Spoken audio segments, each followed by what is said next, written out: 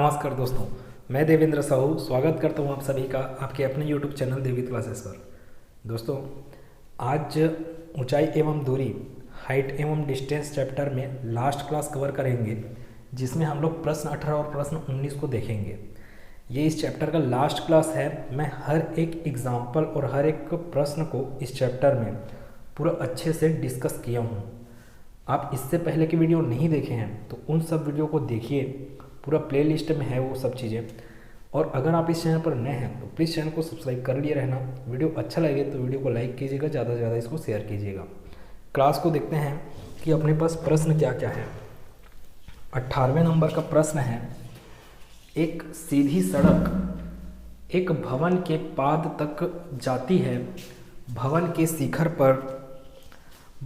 शिखर पर खड़ा एक आदमी एक कार को 30 डिग्री के अवनमन कोण पर देखता है।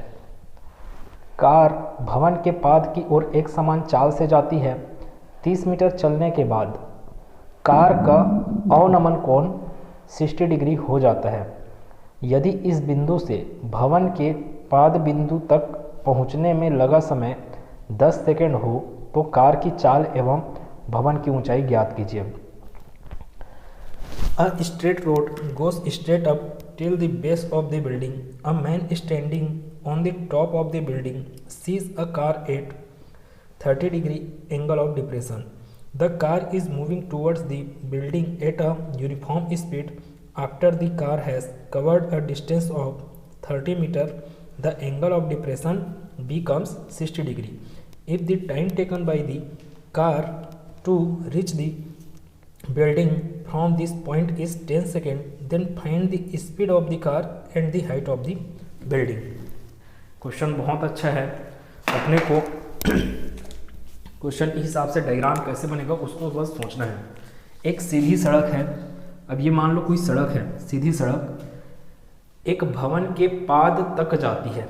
अब भवन हो गया, मान लो ये भवन है, बिल्डिंग हो गया, ये भवन के पाद तक जाती है। भवन के शिखर पर खड़ा एक आदमी, अब यहाँ पे कोई आदमी खड़ा रहेगा जो कि कार को कितने डिग्री के अवनमन कोण, एंगल ऑफ डिप्रेशन, कितने डिप्रेशन एंगल पे देखेगा, 30 डिग्री पे।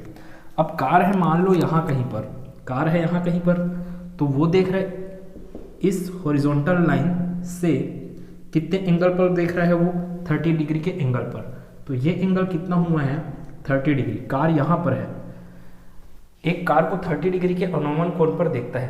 कार भवन के पाद की ओर, ये भवन हो गया, उसका बेस पॉइंट अर्थात पाद बिंदु ये हुआ, की ओर एक समान चाल से जाती है। 30 मीटर चलने के बाद यहाँ से कार निकला है, इधर जाएगा 30 मीटर, कहीं पे यहाँ पे पहुँच गया। ठीक है, ये डिस्टेंस कितना बोल रहा है, ये 30 मीटर। 30 मीटर चलने के बाद कार का अवनमन कोण कितना हो जाता है, बोल रहा है 60 डिग्री। मतलब कि यहाँ से जो एंगल बनेगा, कितना एंगल, ये वाला एंगल कितना हो जाता है, बोल रहे हैं 60 डिग्री। 30 मीटर चलने के बाद कार का अवनमन कोण कितना हो जाता है, 60 डिग्री हो जाता है। यदि इस बिंदु से, इस बिंदु को कुछ नाम दे देते हैं, ये ए हो गया, ये बी हो गया। इस बिंदु से भवन के पाद बिंदु तक पहुँचने में लगा समय कितना है, 10 सेकेंड। तो बी से लेकर सी पॉइंट तक पहुंचने में लगा समय कितना है, बोल रहा है वो 10 सेकेंड। तो कार की चाल एवं भवन की ऊंचाई ज्ञात कीजिए। भवन की ऊंचाई को आप कुछ भी मान सकते हो, एच मान लेते हैं, ये ए बी सी, तो यहाँ पे हो गया डी। ठीक, इतना चीज। अब अपने को इससे क्या क्या चीज निकल सकता है, और देखिए ये 30 डिग्री है, तो जेड कहाँ पे बन रहा है, यहाँ से ऐसे गया और ऐसे 30 डिग्री को बनाते हुए जेड बना। मतलब कि अल्टरनेट एंगल आपका ये ए बनेगा, अर्थात एकांतर कोण। एकांतर कोण कौन सा होगा, ये एंगल ए कितना बन जाएगा, 30 डिग्री।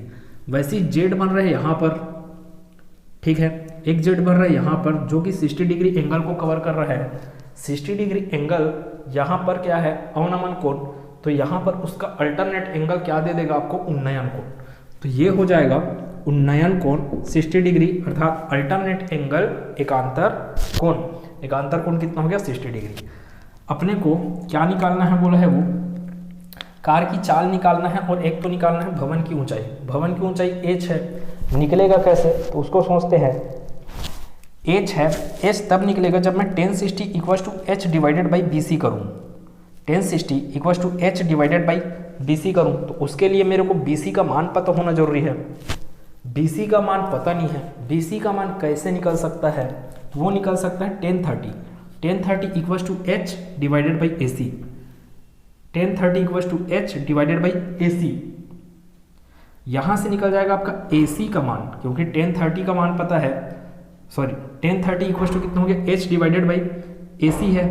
इक्वेशन बनेगा यहाँ पे, दो ठोक इक्वेशन बनेगा। कैसे कैसे बनेगा, मान लो बी सी का वैल्यू कितना है, यहाँ से बी सी का वैल्यू है एक्स है, बी सी का वैल्यू कितना है एक्स मीटर। तो सॉल्व किया जाए 1030 equal to H divided by 30 plus X होगा, ठीक है, क्योंकि ए सी का वैल्यू कितना है 30 प्लस एक्स है। तो 1030 डिग्री इक्वल टू कितना होगा, 1030 डिग्री इक्वल टू होगा एच डिवाइडेड बाई 30 प्लस एक्स। 30 प्लस एक्स कैसे आया, एच डिवाइडेड बाई ए सी होता, ए सी का वैल्यू कितना है A B plus B C, A B का वैल्यू 30 मीटर है, बी सी का वैल्यू मैं मान लिया हूँ एक्स मीटर, ठीक है, इतना चीज। अब अपने को यहाँ पे दो अननोन हो गए, एक हो गया एच और एक हो गया एक्स। 1030 का वैल्यू कितना है 1/√3 होता है equal to H divided by 30 plus X. यहाँ से 30 प्लस एक्स इक्वल टू हो जाएगा √3h होगा, ठीक, इतना चीज। अब ये हो गया, अपने इक्वेशन 1 दे देते हैं इसको। इससे जाते हैं 1060 से। अब 1060 से कितना आने वाला है, 1060 degree equal to H divided by B C आएगा, बी सी का वैल्यू एक्स मीटर बोले हो आप, तो H divided by X, H divided by X आया। 1060 का वैल्यू होता है √3 equal to H divided by X. तो यहाँ से ये h इक्वल टू कितना हो जाएगा √3x, h इक्वल टू हो जाएगा √3x। ये हो गया आपका इक्वेशन 2। अब देखिए, आपके पास अगर दो अननोन क्वांटिटीज़ हैं, मतलब कि दो अज्ञात राशियाँ हैं, तो आपको दो इक्वेशन चाहिए। जैसे कि यहाँ पे दिया हुआ है दो इक्वेशन है, दो आपके पास अननोन क्वांटिटीज़ है, तो आप क्या कर सकते हो, दोनों अननोन क्वांटिटीज़ को निकाल सकते हो। कैसे निकाल सकते हैं, h इक्वल टू √3x मिला है, उसको पुट कर देते हैं अपन इक्वेशन 1 में। इक्वेशन 1 में पुट कर देंगे h का वैल्यू, तो h की जगह क्या लिखना पड़ेगा √3x, तो है ना। तो उसको करते हैं putting the value of h, putting the value of h in equation 1। ये h का वैल्यू √3x है, तो h की जगह क्या रखूंगा √3x। तो करते हैं, इसलिए 30 plus X equal to √3, h का वैल्यू कितना है √3x। यहाँ से क्या क्या हो रहा है, 30 plus X equal to √3 into √3, अपने को मिल जाएगा 3, और ये x है तो ये यहाँ पर आया x, ये x उस पर जाएगा तो 3x माइनस एक्स बनेगा। 3x माइनस एक्स कितना होता है 2, तो 30 इक्वल टू क्या मिल गया 2, 30 इक्वल टू क्या मिल जाएगा यहाँ से 2x ना, 30 इक्वल टू मिल जाएगा यहाँ से 2x, तो x इक्वल टू क्या मिल जाएगा मेरे को 15 मीटर। ये मेरे को मिल गया, x का वैल्यू मिल गया। x का वैल्यू कितना मिल रहा है बोल रहे हैं 15 मीटर। अब आगे बढ़ते हैं थोड़ा सा। आप तो x का वैल्यू निकालें, मतलब कि BC का वैल्यू निकल गया। अपने को पूछा क्या है, कार का चाल पूछा है और भवन की ऊंचाई, भवन की ऊंचाई तो h है, x का वैल्यू निकल गया। अब हम क्या कर सकते हैं, इस x के मान को इक्वेशन 2 में रख देते हैं। इक्वेशन 2 में रखेंगे, इसलिए फ्रॉम इक्वेशन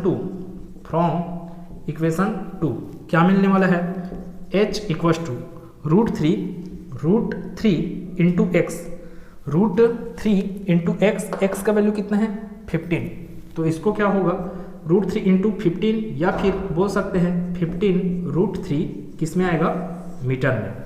ये अपने को मिल गया एक आंसर, क्या है भवन की ऊंचाई, हाइट ऑफ द बिल्डिंग। अब दूसरा आंसर निकालना है अपने को। क्या बोले देखो, B से लेकर C तक जाने में उस कार को कितना लगा है 10 सेकेंड लगा है, और B से लेकर C तक की दूरी कितना है x मीटर। x का मान आप कितना निकाले 15। आप जानते हो कि चाल बराबर क्या होता है दूरी बटे समय, वही तो निकालने बोला, वो चाल निकालने बोला। तो चाल बराबर speed equal to distance divided by time, ठीक है, स्पीड स्पीड इक्वल टू क्या होता है, डिस्टेंस अपॉन टाइम, या बोलते हैं चाल बराबर दूरी बटे समय। तो चाल बराबर दूरी बटे समय, दूरी का वैल्यू कितना समझ में आ रहा है, यहाँ से दूरी का वैल्यू है अपने पास बी से लेकर सी तक की दूरी कितना, x मीटर, x का वैल्यू कितना आया है 15, तो ये हो गया 15 डिवाइडेड बाई क्या है टाइम, टाइम कितना लगा है बोल रहा है वो 10 सेकेंड लगा है, 15 डिवाइडेड बाई 10, ये हो जाएगा अपने पास 3/2, 3/2 मतलब कि 1.5, ये आएगा 15 मीटर में और ये 10 क्या है सेकंड में, तो इसका यूनिट हो जाएगा 15 मीटर पर सेकंड। आंसर क्या क्या है अपने पास, भवन की ऊंचाई, height of the building, height of the building कितना मिला है 15√3 मीटर मिला है, जबकि स्पीड मिला है किसका, कार का स्पीड कितना है 1.5 मीटर पर सेकंड है। तो अब इस चैप्टर के लास्ट प्रश्न को देख लेते हैं। 15 मीटर ऊंचे एक भवन के शिखर से किसी मीनार की चोटी का उन्नयन कोण 60 डिग्री तथा मीनार के पाद का अवनमन कोण 30 डिग्री है, तो मीनार की ऊंचाई एवं भवन से मीनार की दूरी ज्ञात कीजिए। The angle of elevation is 60 degree from the top of a 50 metre high building to the top of a tower and the angle of depression to the bottom of the tower is 30 degree. Find the height of the tower and the distance between the tower and the building. क्या क्या चीज समझ में आया इससे कि 15 metre ऊंचा एक भवन है जिसके शीर्ष बिंदु से शिखर से किसी मीनार की ऊंचाई का उन्नयन कोण, एंगल ऑफ एलिवेशन कितना दिया आपको 60 डिग्री, मीनार के पाद का अवनमन कोण, टावर का जो बेस पॉइंट है उसका अवनमन कोण कितना दिया है, एंगल ऑफ डिप्रेशन कितना दिया 30 डिग्री, मीनार की ऊंचाई याद करना है मेरे को, और भवन से मीनार की दूरी। मान लो ये क्या है अपना, ये अपना टावर है, ये टावर हो गया, और अगर ये भवन है, ठीक कुछ ऐसे बोल रहा है कि भवन की ऊंचाई कितना है 15 मीटर, मतलब कि बिल्डिंग की ऊंचाई कितना है 15 मीटर है, जबकि टावर की ऊंचाई आपको नहीं पता है, बिल्डिंग की ऊंचाई दिया है, ये क्या होगा आपका जमीन होगा ये, ठीक है, मैदान बोले चाहे जमीन बोले। 15 मीटर ऊंचे एक भवन के शिखर से, इसका शिखर क्या होगा, ये वाला पॉइंट होगा, शिखर से मीनार की चोटी क्या होगा, तो ये होगा, ठीक। मीनार की चोटी का उन्नयन कोण बोला जा रहा है, मतलब कि एंगल ऑफ एलिवेशन बोला जा रहा है, तो एंगल ऑफ एलिवेशन क्या होगा, यहां से लेकर यहां को अगर मैं मिला दूं तो इस हॉरिजॉन्टल लाइन से जो एंगल बनेगा, ये वाला एंगल, ये कितना है बोल रहा है 60 डिग्री है करके बोल रहा है, तथा मीनार के पाद, मीनार का बेस पॉइंट क्या है, टावर का बेस पॉइंट ये वाला पॉइंट है, इसका अवनमन कोण कितना बोल रहा है 30 डिग्री, किससे, तो वो भवन के शिखर पॉइंट से, मतलब टॉप पॉइंट से क्या बोल रहा है आपको, अवनमन कोण दिया है, एंगल ऑफ डिप्रेशन कितना दिया है अपने को 30 डिग्री, तो ये वाला एंगल, कौन सा एंगल, ये एंगल कितना देगा आपको 30 डिग्री। अब इतना बन गया, क्वेश्चन में अपने को क्या क्या निकालना है मीनार की ऊंचाई निकालना है, मीनार की ऊंचाई मतलब यहाँ से लेकर इस बेस पॉइंट तक मेरे को डिस्टेंस निकालना है, और निकालना है ये भवन हो गया, ये मीनार हो गया, इन दोनों के बीच की दूरी निकालना है। तो कुछ नाम दे देते हैं इसको, ए हो गया, बी हो गया, इधर सी है, इधर डी है, यहाँ पे पॉइंट ई दे देते हैं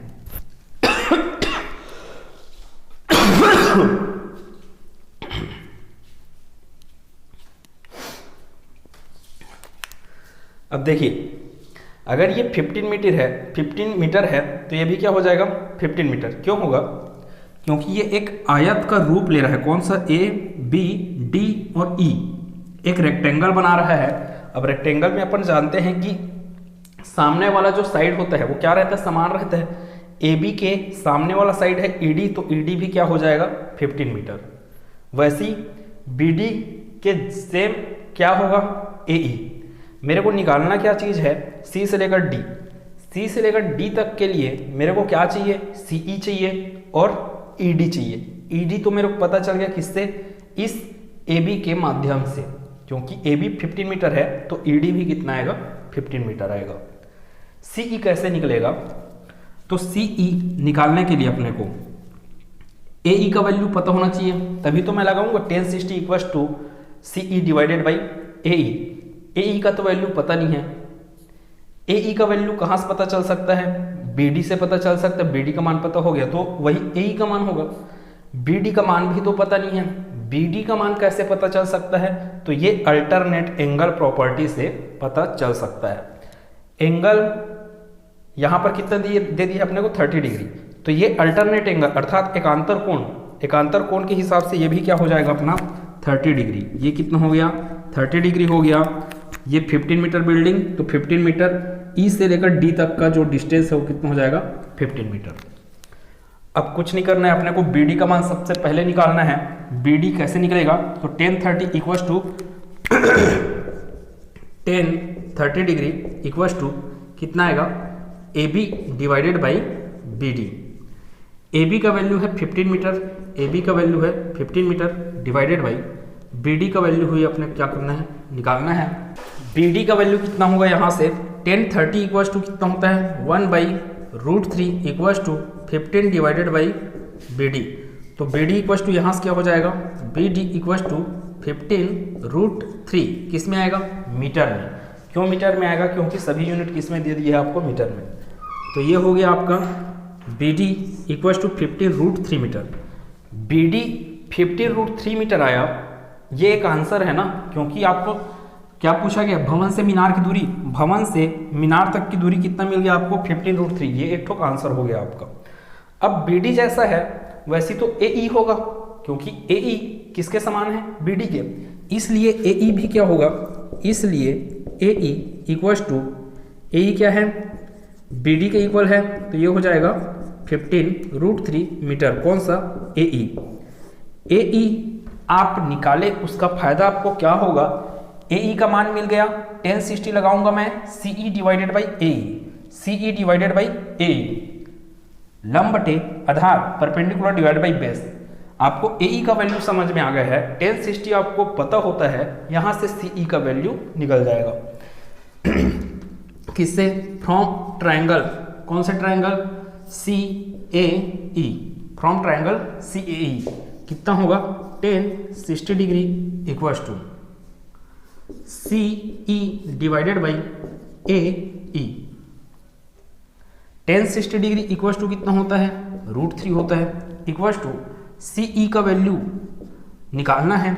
AE का वैल्यू कितना आया है, BD के बराबर, BD कितना है 15√3, तो BD इक्वल्स टू क्या हुआ है AE का वैल्यू आया अपने पास 15√3। क्या चीज होगा यहाँ से, CE इक्वल्स टू √3 का मल्टीप्लीकेशन होगा किसके साथ, 15√3 के साथ। 15√3 इंटू √3 कितना आ जाएगा अपने पास, √3 और √3 कितना दे देंगे आपको 3। एक बार लिखते हैं 15√3 इंटू √3 कितना हुआ, √3 इंटू √3 आपको देगा 3 का मल्टीप्लाई होगा 15 से, कितना आ जाएगा अपने पास 45। तो CE इक्वल्स टू 45 मीटर।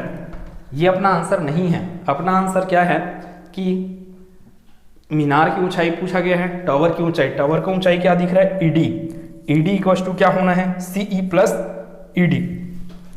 इसलिए हाइट ऑफ टावर मीनार की ऊंचाई इक्वल्स टू, ऊंचाई कितना है CD इक्वल्स टू क्या हो जाएगा अपने पास CE प्लस ED। CE का वैल्यू कितना निकाले अपन 45 मीटर प्लस ED का वैल्यू कितना निकाल रहे हो आप 15 मीटर, तो यहाँ पे 15, तो इक्वल्स टू अपने पास कितना आया 60 मीटर। 60 मीटर क्या हो गया, height of the tower and क्या चीज़ है 15√3 metre distance between the building and the tower. ठीक, इतना चीज़। इस क्वेश्चन के साथ ये चैप्टर खत्म होता है। एक काम करेंगे, इसके आगे एक और चैप्टर कवर कर देते हैं। अभी एग्ज़ाम जो है आज के डेट से, एग्ज़ाम अभी लगभग 12 दिन बाद है आपके 10th बोर्ड का, इसलिए एक चैप्टर को और कवर करा दूंगा मैं, सरफेस एरिया और वॉल्यूम को। तो अगले क्लास में मिलेंगे जहां सरफेस एरिया और वॉल्यूम को कवर करेंगे। ये क्लास कैसा लगा आपको? देखिए, आपको कोई क्लास अच्छे से समझ में आता है या फिर कोई भी कमी रह गई या कोई भी गलती वगैरह हो गया मेरे से भी, तो उस चीज़ को कमेंट सेक्शन में बिल्कुल बताइए, क्योंकि मेरे को उससे समझ में आएगा कि कहाँ पे कुछ गलती हुआ है, किस चीज़ को और अच्छे बेहतर से बताया जा सकता था। तो अगले क्लास में मिलते हैं अगले चैप्टर के साथ। धन्यवाद।